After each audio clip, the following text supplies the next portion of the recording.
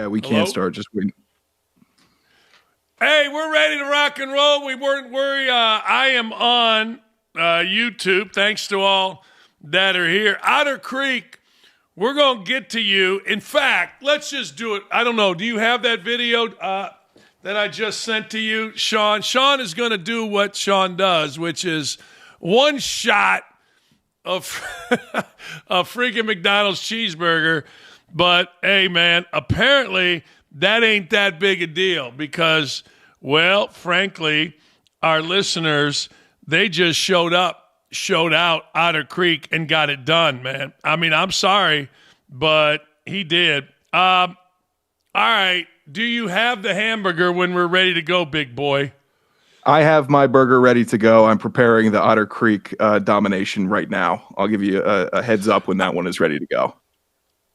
I probably should explain this right now. Look, today on the show or the other day, my man Sean here saw a one shot, which is I meant to have a burger. You take a burger, a McDonald's burger, fold it, bend it, whatever. Boom, one shot. So I talked about it on my show this morning, and I got to tell you, my man Otter Creek, he did it like it was his damn job. And Otter Creek is on right now. And I got to tell you, it's unbelievable. We had a lot of guys wanting to fight Double D today. Some guy sent me a picture of him in a bathroom with his shirt off. I thought it was his boyfriend's. But anyway, long story short, we got some stuff to get to. What is this? I'm going to ask the YouTube chat right now. And Sean, I'm going to ask you. Show the tweet from Dan Orlovsky. Can we do that? Dan Orlovsky sent this tweet out. All right. And he basically is saying Caleb Williams has accounted for 231 hidden yards. I don't know, something happened. Maybe it's too big. 231 hidden yards. Hey, Sean, anybody know on this? What the hell are hidden yards in football? Can you tell me? What are they? It is a new term where an analyst will make themselves seem smarter to the audience, is what I believe. And I don't know why we were making up terms. I don't know what it means. What could it mean, Dan? Is hidden yards, sack yards prevented by escaping? Is it extended plays and pass completed? What could hidden yards be than another way to take a dig at the audience, calling them stupid and trying to show that you're the intelligent one talking football? We used to just talk about the teams. It used to just be, the NFC hidden South yards. is bad this year. Hidden yards. All right, let's be honest here. Dan Orlovsky's trying. I mean, he's on TV all the time, so he's running out of things to say. But I want to get to this. I'm fired up. I know you came here for other stuff, and we're going to answer all your questions, and we're going to have a great time doing it. But I want to get to the hamburgers. Let me know when we have Otter Creek one-shotting the hamburger, will you? Is that thing downloaded yet?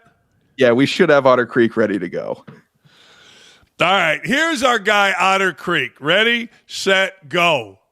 Otter Creek. Uh-oh, maybe not. There it is. Look at him. I can talk over this, right? There's his burger, unwrapping, got cold skier, got honey. Look at this. Oh, he's right in it. Oh, he's right in it. What an animal. What an animal. Oh, it takes a minute and 10 seconds. Now, the one you showed me took 44 seconds. This, ladies and gentlemen, is what we call one-shotting. Get ready, big boy. A minute 10. We recorded Otter Creek, and he went with it. A minute 10. Look at him. Look at those eyes. He's not suffering. No. Right. Look at him. He's just looking at the camera.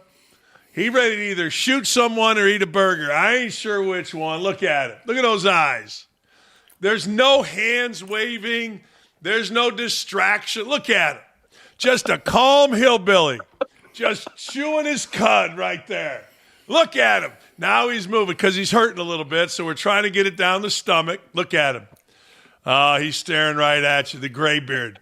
The old look at I'm loving it. Sack up, people. You That's ready? how the one-shotting's done. Yeah, I'm ready. We can one-shot this baby. You ready?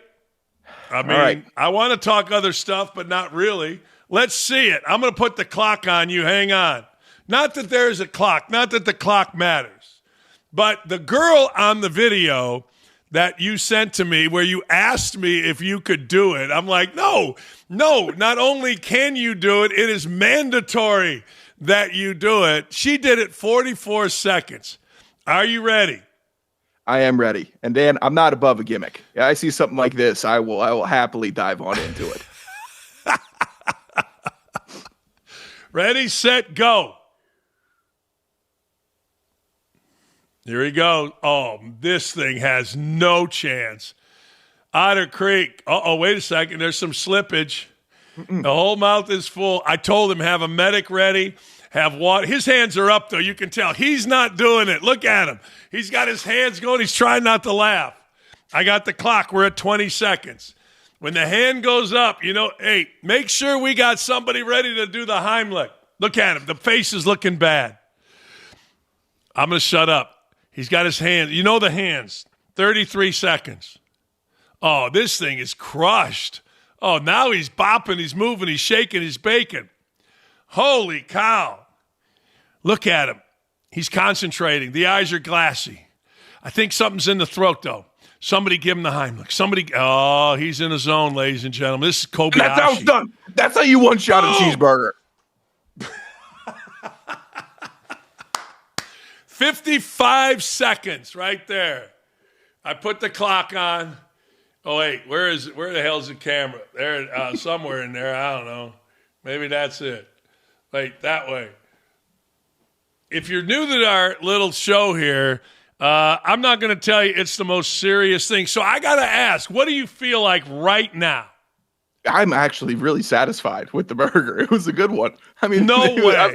I'm having a good time right now. That was the most probably enjoyable food competition experience that I've had. I've done the 60 Oreos in 60 minutes. I've done the Stouffer's family size lasagna, 5 pounds of lasagna. Got that down to about 1.8. I couldn't move for 2 days. I've done 12 Jamaican beef patties in 90 minutes. That was terrible. The one shot challenge, I'm happy with it. I tell you what, first 3 bites, I thought I was in trouble. I really did. I think you have to flatten it out because the bun just takes up too much space in your mouth when you're really working through it. It could have been cleaner technique, but my goal was sub 60, under a minute to one shot the burger, and we got it done. That's just what we come here to do. I must say this, Otter Creek, I love the fact that you didn't lose anything, Otter Creek. There's no loser in this event. It is an event for the masses. It is an event that if you can do. Now, Gritty says she ain't doing it. She just simply says, hey, man, I am not doing it, period. I'm with you, Gritty. I am not doing it, period. Now, we're going to monitor here and see how my boy Sean feels. His face is a little red, I feel. I do. I feel it's a little red. I don't know. By the way, Sean and I were at the Tap along with Ryan and Davey and Chuck. And, hey, how about we both had Clemson and all we watched was that poor freaking kicker for Louisville just shit the bed. I felt great as a bettor, bad as a dad. That's how I felt, right? College kickers, when you really need them to make a kick for your team, they'll shank it. When you need them against you, they're hitting the 60-yarders right through the uprights, impossible kicks. It was destiny for that to happen. There was some weird energy in the bar betting. We had people behind us cheering for replays of missed kicks like it was live. Yeah. Get your head in the game, dude. He was a little ornery with me when I looked at him, gave him a stink eye about that because we got money on the line, and you're looking at cheering to replays, amateur hour. Yeah.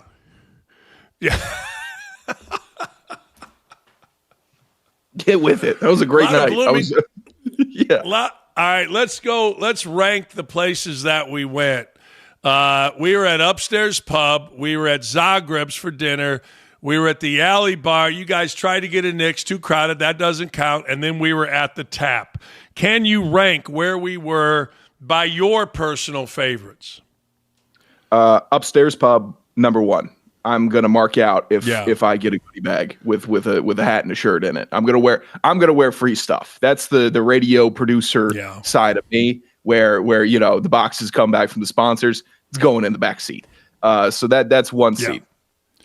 2 seed Zagreb's steak, just delicious, fantastic. The spicy meatballs, where have those been in my life? Actual spice. How about those? That was something. And you know what? Davey and Ryan sold me down the river. Well, I'll just have one meatball. I'll have a meatball and a half. I had six or seven. How about you do some work on the plate? Because I can't stop myself. We've seen this. I've demonstrated tonight that I'm not a person with restraint. But I'll one shot a cheeseburger on a Thursday night, and I'm not going to blink. So help the kid out with the meatballs. Then I would go. Where else? I would go Tap 3, I think, because that's when fun money. Really started. Won some money. Had a couple very nice drinks. That was a good, and I got a good seat right at the bar, cushy seat.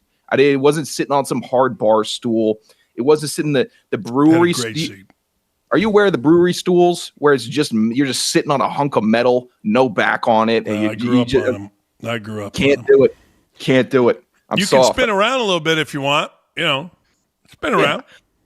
The and then fourth, the alley. The alley bar was strong. It was all right. It was strong, but one had to come in fourth. And that's where I started. That's where I started losing people. That's where people started taking calls. Chuck started glazing over a little bit watching the game, and the energy was a little down, and then we got picked right back up at Tap right afterwards. So I was happy with it. I like Bloomington, Dan.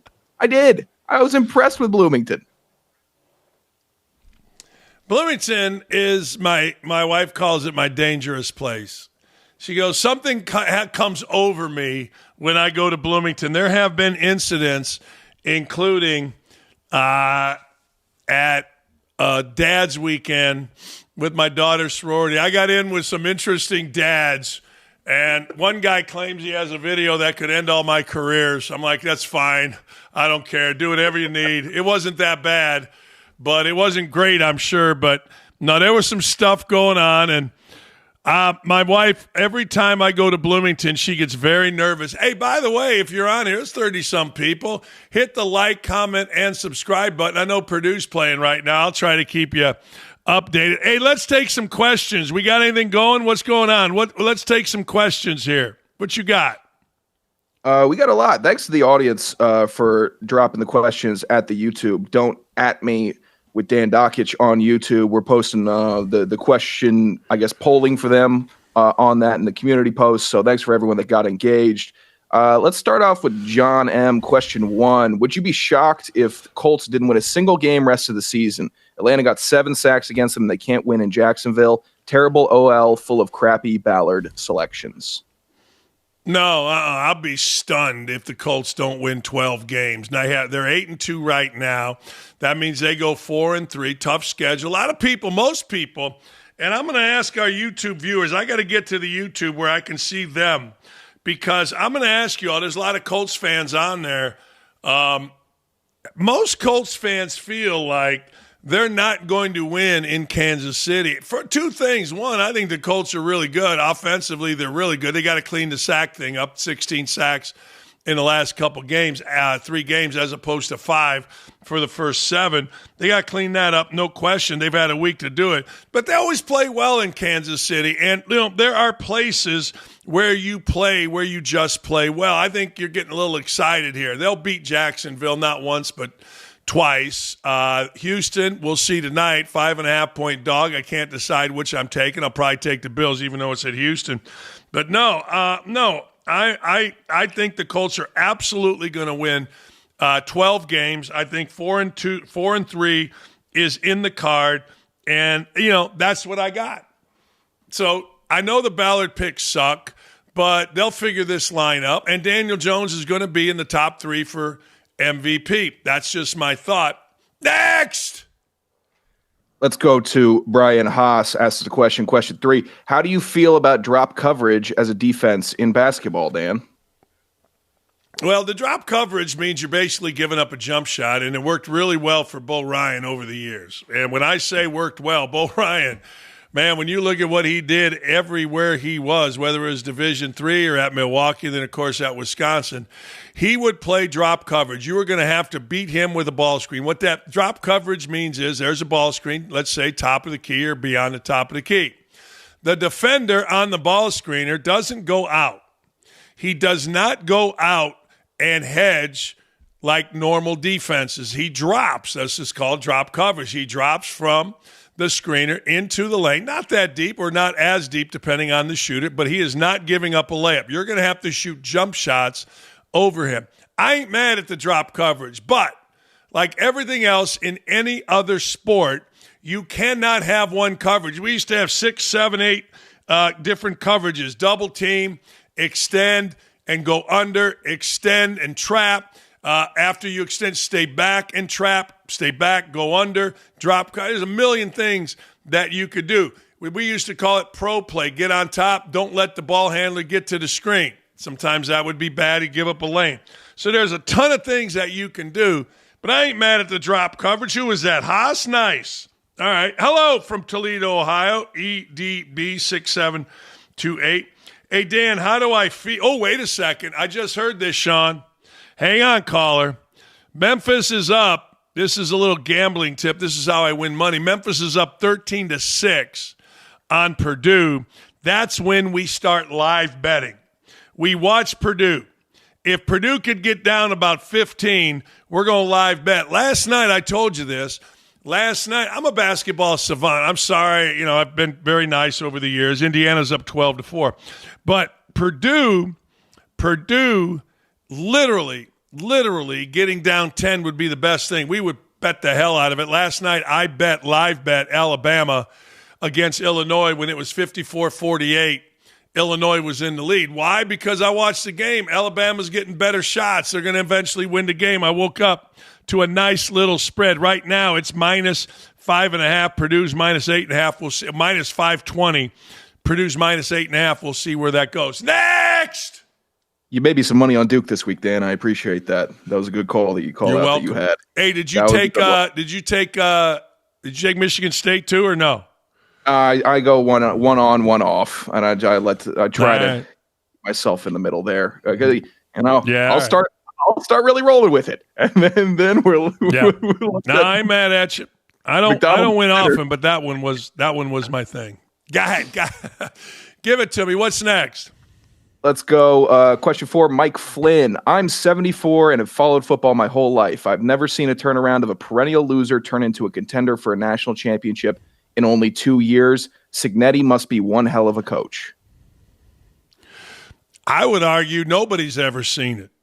I would legitimately argue that nobody, and I mean nobody, has ever seen what's happening at Indiana as fast as it's happening. Look, Urban went to Florida, but damn, that's Florida. That's not a perennial loser. They were national champs under Spurrier. It was in there. I don't know, man. You give me somewhere that happened. And I don't think you can. I'm with you, brother. I'm 63. I always say 17 straight years or 16 straight years. And then another year later, I worked at Indiana, went to every game. And they always sucked. Now they're great. And Signetti is one hell of a coach. Hey, I'm going to ask you a question. This is from Aubrey51. What are your thoughts on the rectum as a whole? That's childish. Let's move it along. I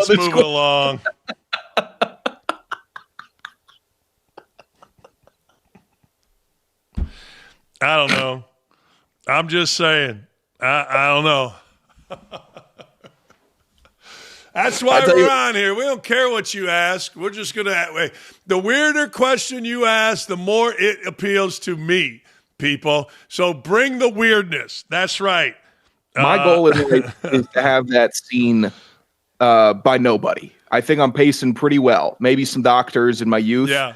I might be able to go the next 50 without having another person on the planet looking at mine. Yeah. That'd be nice. Hey, when you get older, you got to go in. It's a bad day. Yeah. And you got to bend over. And I always ask the doctor, hey, man, who would you rather be right now, you or me? You got to do it, and I got to get it. And he always starts laughing. He goes, Dan, you say it every year. And I go, no. I think it's funny, and you do too. All right, next. Rectum as a whole. Let's go with Terry Stevens, question 5. Have any idea about a college player that is really ready for the NBA? Pacers need a shoe-in. Oh, man, all these freshmen. This kid that I saw last night, the hell's his name? He's like a Hawaiian kid or something from Arizona. Holy shit, is he good? Like, that dude, I'm looking up his name right now. Man, oh, man.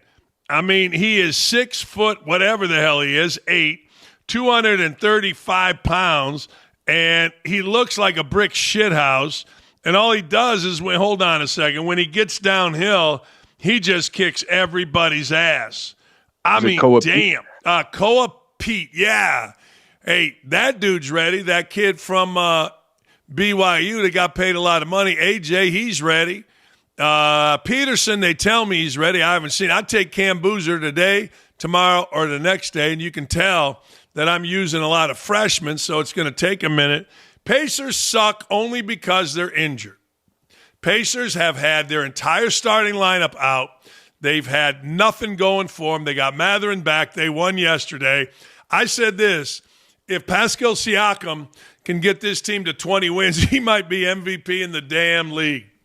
Hey, get him healthy, though, and let's see what the hell happens, because I like the people in the organization. Yes, I returned Gritty's cheaters from Saturday. All right, what do you got next? Let's hear from Love You Dots at question 6. Dan, what needs to be on your charcuterie board? Oh, that's easy, man. My charcuterie board always has salami, hard salami. I ain't mad at either of them. I like a good summer sausage. I ain't mad if you want to cook up some Polish sausage, throw it on there as well. Now, I like your pepper cheeses. I'm not big on provolone or the cheddars. I like me a nice Swiss. Give me as much Swiss as you can. And I ain't mad, ladies and gentlemen. It's some Gorgonzola that I sprinkled there on the side. Of course, I personally like a nice Ritz or a Townhouse. You know what I'm saying? I'm the Cracker family. Not mad at jelly either. I'll tell you a story. Lovely Lee Ross, when we were dating, she's like, I said, Lee, sit down. I'm going to make, charcuterie board, whatever the hell you call it. I didn't know what it's called. She called it that. I came down. I put a cracker. I put cheese. I put strawberry jelly. She said, this is gross. I said, no, taste it. I think that's what put her over the top to marry my ass and get rid of her boyfriend, who was a stud fireman in Newark, New Jersey, a little bit mob connected. I think that and the fact that he died really helped me out. I do. I think it did. I think it helped. I do. I'm not going to lie. I think it did. I do. She's not home right now, but if she was, I would, hey, Lee! Now, she's not home right now, but I think she would admit the fact that the dude died really put me at the forefront. He died after we were married, but, can't hurt your chances. I like it didn't hurt. I like the apricot jam, I think, on the charcuterie. That's my I like that. No. Yeah. Well, apricot jam, goat cheese, put it on cracker, prosciutto, and then I'm rolling right through. I'll take a stuffed grape leaf on a prosciutto board. I'll definitely take some pickled okra on a charcuterie board. I like diversifying because I'm eating in full transparency.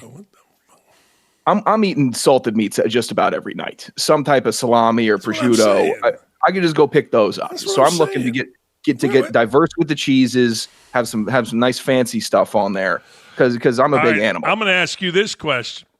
You're a big animal. I'm going to ask everybody on this chat, and I'm going to ask you. And my answer is this: olives, mushrooms, lima beans. What are the 3 things you will 1,000% not ever eat. My mother even let me out of eating lima beans back in the day, so that's long time. Mushrooms are disgusting to me. The smell is terrible, and I got to tell you, olives are the most disgusting thing to my palate. What do you got? I love it, Olive. On mine, cottage cheese, don't even walk it over to me. Don't even consider me a person that would enjoy cottage cheese. I don't like the texture. Same thing with the avocado or guacamole. Personally, I think it kind of looks like the back of a baby diaper. I'm not going to enjoy that experience when I'm eating it. Strong. And then, gosh, yeah, I don't like a mushroom either. People are, it's like it's the meaty, rich flavor. I think the texture sucks. I think it ruins a soup. Sucks. I think it ruins a steak. I think, a mushroom Swiss burger. Fire it into the sun. It's just taking up space. It's slippery. It's wet. It does nothing for me. We're going to grill them up. I'd rather you grill up a rabbit. I'd rather you grill up something off the road than a mushroom for me. Can't do it. So here's what Ed Briggs says, lima beans. Wes Rinker says blue cheese. Ross says tuna. Brad Buffing says sushi. Pigs won't even eat it. Fred Rendell Jr., I prefer my turkey subs plain. I'm going to die on that hill, he says. Rob Garcia, oat milk, cottage cheese, tofu, all suck. Ross says sushi. Sardines, no way in hell. Oysters. I want to get to oysters for a second. Oysters, to me, look, they have no taste. The only thing that you can do with an oyster is possibly get sick. Now, they say it makes you want to a little bit. Fine. But I ain't buying that. I got to tell you, here's what you should do instead of ordering oysters. Go to a seafood restaurant that has oysters. Say, can you give me a bunch of saltines, horseradish, and cocktail sauce? Don't order the oysters. Just put the horseradish and the cocktail sauce on the saltine, and there's your fucking oyster. Yeah, can I get a little lemon squeeze on it? Yeah. Sure, put a good lemon squeeze on that. Dan, I made an oyster documentary in college in Rhode Island where I would go from oyster farm to oyster farm. I had this stupid journalism class, and I had to. It was something about the blue economy and the ocean state and stuff.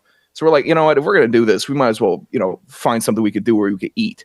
So we go to these oyster farms. They pull them out of the water. I'm eating the freshest oysters in about the richest oyster dense area that you could find.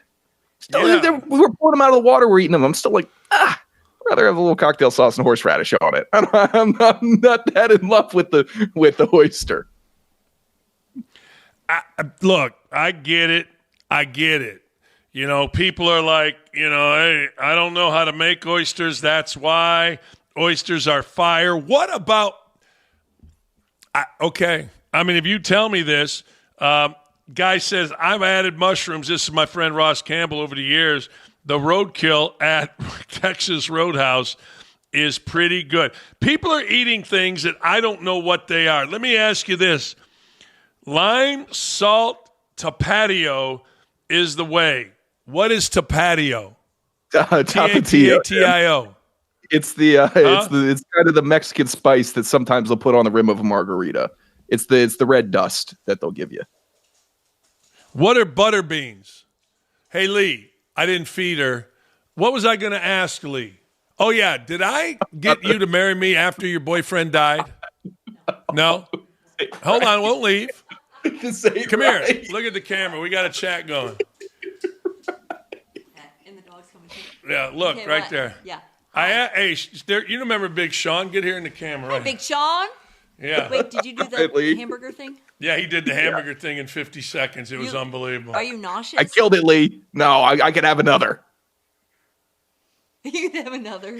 When his hands started going like this, though, I thought he was struggling just for a little bit. So you can confirm that it wasn't the death of your boyfriend that made you marry me. Right.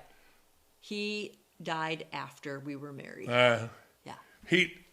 I don't think that Sean thought it was an appropriate thing for me to say on the air because he's dying laughing. Oh man! There you go. No, I did not feed her. I sent you a text asking if I should. Hey, Lee, what's your worst food you will not eat? Liver. Oh, yeah. Bad Get that out of business my liver. face. That's a food that is getting eradicated that's going with the boomers when they go. But I don't know anybody eating liver. Well, I'm going to tell you about liver, all right? And I'm going to tell you why the Dakich family had liver. My parents were both school teachers and in public school, Gary, Indiana, and they didn't make a lot of money. So, and Lee's family was kind of the same way. When you didn't make a lot of money, liver and onions was about the cheapest good-for-you meal that you could possibly find. So my mom, who would teach school all day, come home, have us three douchebags, my brother, myself, and my younger sister, being assholes. And then she had to make dinner. So, at the end of the day, it's like, And there was no going out to eat ever. Every other week they got paid. So every other week my mom brought home groceries and McDonald's. But if we ran out, she wasn't going to the damn store. Yes, I know my wife looks like Jennifer Aniston. She gets that all the time. And frankly, Edward Briggs, I get Vin Diesel, Telly Savalas, look it up, or some other hot-blooded European man, or Clooney when I had hair. What else we got? Yeah. Brad Buffington said, Lee could have played along. No, she dumped me twice for this guy. It was and finally, I don't think I've ever told this story. Maybe I have. Finally, I was sad. I mean, I ate 17 dreamsicles in one afternoon because Lee dumped me for the second time for this guy. Man, and it was about this time of year. It was getting close to Christmas, and I hadn't heard from her, Sean. I'm like, damn. So I had a grand plan. Listen to this plan and tell me what you guys think. So I got to go to ESPN, and I'm doing half times of a game. And it was after Thanksgiving, so between Thanksgiving and Christmas. And you know who Jonathan Coachman is, the coach from WWE? You know who that guy is? Yeah, I'm familiar, yeah. Okay. So Coach was doing it, and he talked too much. I said, Coach, you got to let me go here at halftime. Just talk about Jim Boeheim. We were doing halftime of Syracuse game. Lee was a softball coach at Syracuse. I figured she'd be watching. So Coach goes, what? I go, I'm going to give a tribute to Boeheim. So he says, and Jim Boeheim, whatever. And I go, Coach, I got to tell you, Jim Boeheim's one of the greatest guys ever. They have a softball coach at Syracuse. Her name is Lee Ross. She's like the greatest softball coach in the country and just a wonderful, wonderful woman. And I'm saying this on national TV, right? And I go on and on and on and on and on. And all of a sudden, big boy, you know what happens? My phone, I look down, and it's Lee, who I hadn't talked to in 3 months because she dumped my ass, saying, oh, my God, my phone just blew up. All my players are texting me. I can't believe you talked about me. I thought you hated me. I hate you. Of course I don't hate. Next thing you know, we get the stud fireman out, and Double D, because he went on ESPN, got her done right there. There you go. That's some game, Dan. That's a little game right there. I got game. I'll tell anybody that asks, and even those of you that don't ask, that I got game. All right, what else you got? Bit of an abuse of the airwaves, but so be it. What else are we talking about? A little bit. Everyone's talking about nobody even knew. Yeah. Nobody even knew. Like, nobody even thought about. They're like, man, that was a great tribute to Boeheim. I had called the SID, Pete Moore. I had done all this recon on Boeheim. And next thing you know, baby, this bad boy right here, Lee. I told Coachman, see? Yeah. What else we got? Good. Let's go to question bad. 7. John. Dan, if you could reset your football fandom and become a fan of a new NFL team, which one would you start rooting for? Come join the 49ers train. No. You crazy? 49ers 49ers could win with me as a quarterback. 49ers are boring. Their helmets are boring. Their life has been boring. No, I would go back to the Bears. I grew up a Bears fan. Every Sunday, you know what I'm saying? The Bears would lose. They were terrible back then. And then I moved to Indy. I didn't watch the NFL for about 10, 12 years. When I was coaching at Bowling Green, I didn't care. I had Sundays. I was doing stuff, that kind of thing. But no, I'm good with the Colts. But if I wasn't a fan of the Colts, I'm still a fan of the Bears, actually. Yeah, that's where I grew up. Where about you? Who you digging, Sean? Yeah, I would. I'm about ready to abandon Atlanta right now, anyways. But I would jump on the Tampa train. I think if I wanted to go be a warm weather fan, and be able to go and be in Florida, have a nice life. They got a pirate ship in the stadium. That's nice. Or I'd go Buffalo because Buffalo still appreciates. Buffalo still appreciates the nature of football. They're playing outside. They're building a new stadium. They're keeping the roof off because they understand football should be played outside. Yeah. I respect it. I love it. That is a football, a brand of football I can get behind. If they're good, they're bad. After Josh Allen, doesn't matter. That I think I would definitely jump to Buffalo. Yeah, it's interesting. There is a Fox contributor whose name is Erin Perini, and she's a friend of us. We haven't had her on the show, but she is we haven't had her on the show lately. But Erin, as I said, she's a friend, and she will refer to the weather in Buffalo, the snow, during football games as magical, pristine, and heaven-like. That's how she describes the atmosphere there, which is like, hey, man, good for her. My wife is Syracuse 10 years, and she describes it the same way. I'm like, hey, it's cold and there's a lot of freaking snow. That's the way I describe that shit. But she doesn't. They don't. Everybody has their different thing, and I ain't buying it. No, no. Mm-mm. I'm sure Chicago needs a roof on their new stadium. I'm so sure that what a joke that is to play in the elements in Soldier Field for 80 years, and then we're just putting it in indoors. I think that's so weak.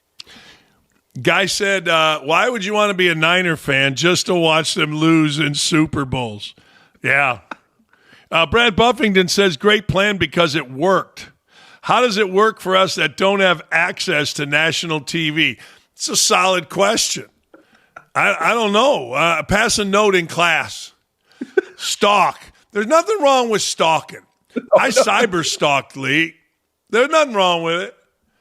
I actually called the guy one time. I found his number, and I called him and acted like I was a reporter from CBS softball. I did. That's better than that's. I didn't think it was. I thought it was going to be I'm watching you. Yay. No. I said, hey, I'm Sean Anderson from CBS softball. Coach, I got your number. What'd you think of the catchers at this event? You got to know your opponent, and I wanted to know my opponent. One time I called Lee. I said, hey, man, I said, hey, it's your boy's birthday. She goes, how'd you know that? I know stuff. When Double D wants to know stuff, he knows stuff. I'll tell you one thing that I did one time. I just wanted to see how easy it was. There's this girl I grew up with. I liked her, but I could never talk to girls. I was the worst.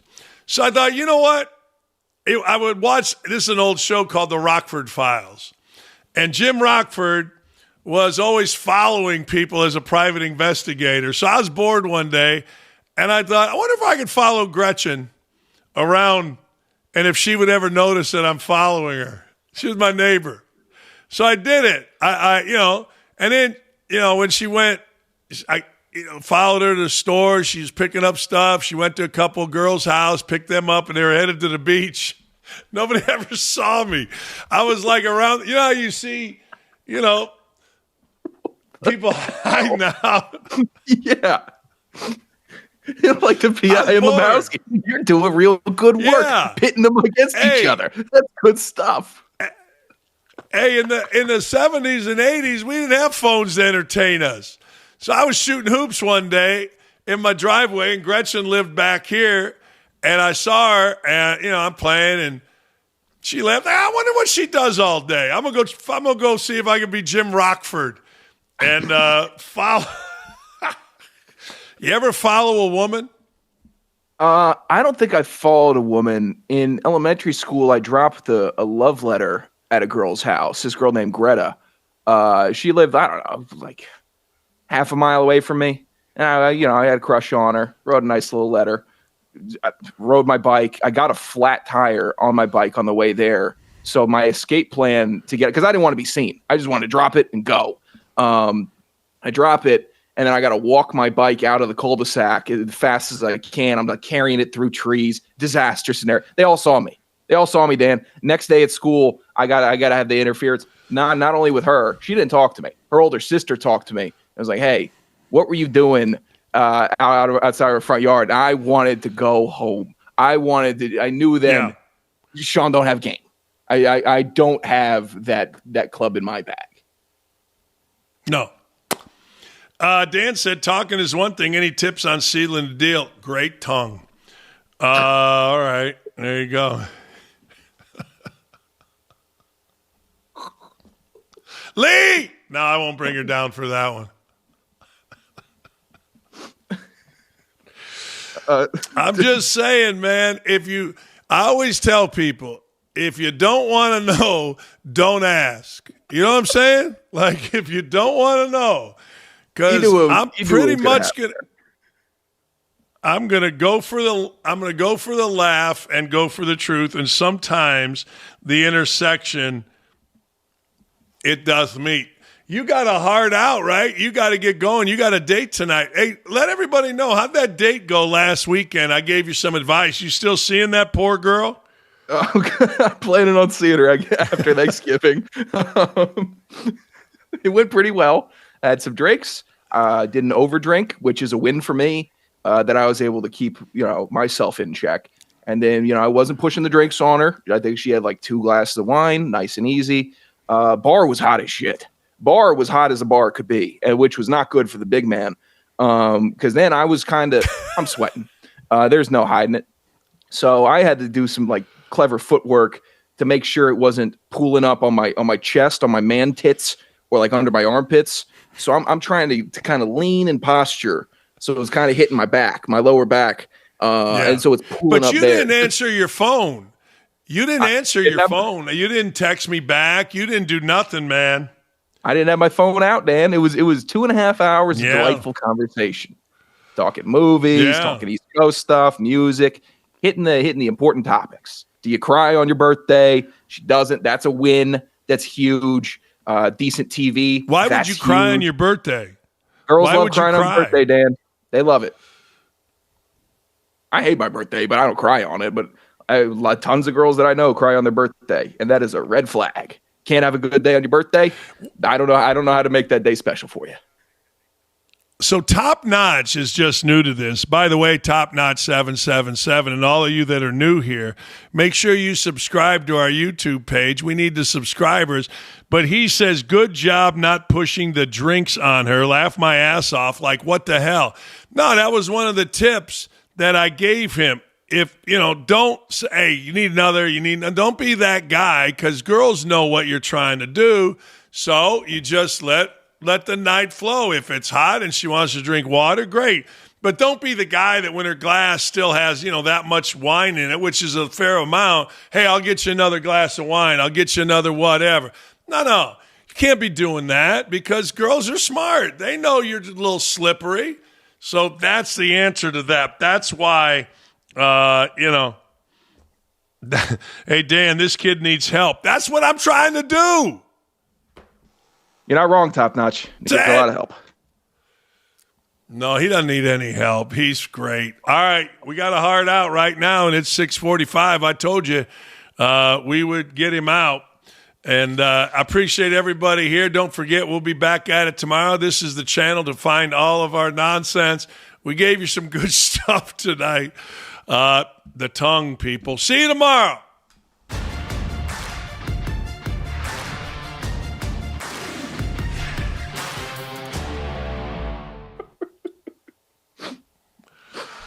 Oh, Thanks, everybody. Oh, that is real.